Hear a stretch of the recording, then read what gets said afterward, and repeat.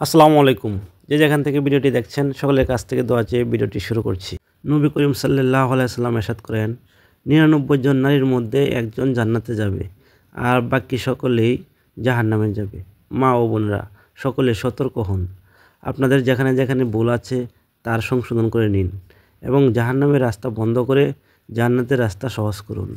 অনেক সময় নারীরা সামান্য বিরক্ত হলে নিজের সন্তানদের অভিশাপ দেয় এবং স্বামীর প্রতি অকৃতজ্ঞ ও অভিশাপ দেয় বেশি। নারীরা জাহান্নামে যাওয়ার জন্য 7টি কারণ ভিডিওতে আলোচনা করা হলো। যেমন 1. নারীদের মধ্যে ফজরের নামাজ কাজা করাটা খুব বেশি দেখা যায়। অনেক সময় অলসতার কারণে নামাজ কাজা হয়। মা ও বোনেরা, এই পৃথিবীতে বেশি দিন থাকা যাবে না। অলসতা কষ্টের মূল কারণ। অলসতার কারণে নামাজ না পড়লে গুনাহ হয়। সুতরাং অলসতা ত্যাগ করে সঠিক সময় মতন নামাজ পড়ার চেষ্টা করবেন। 2. বেশিরভাগ নারী জাকাত দেওয়ার ব্যাপারে একেবারে উদাসীন।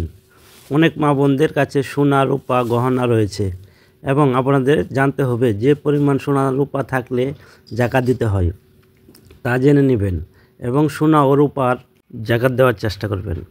আর যারা প্রতি বছর জাকাত দিয়ে থাকেন তারা অনেক বুদ্ধিমান, কারণ এই সোনা রূপা ধন সম্পদ একদিন বিপদের কারণ হবে।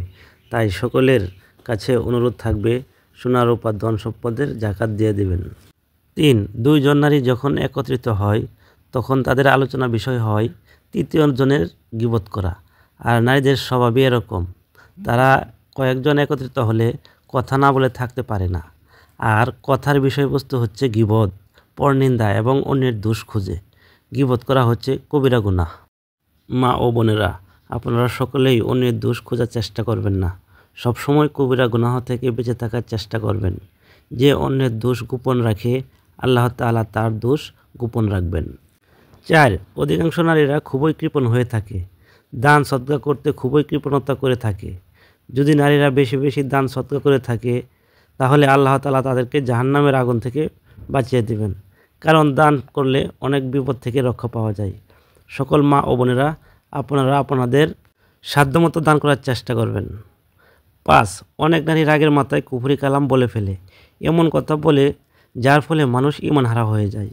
কুফরি কালামের মধ্যে সবচেয়ে বড় কুফরি হলো যেভাবে স্বামীর বিরুদ্ধে নারীরা অভিযোগ করে তেমনিভাবে আল্লাহ তাআলার বিরুদ্ধেও অভিযোগ করে দেয়।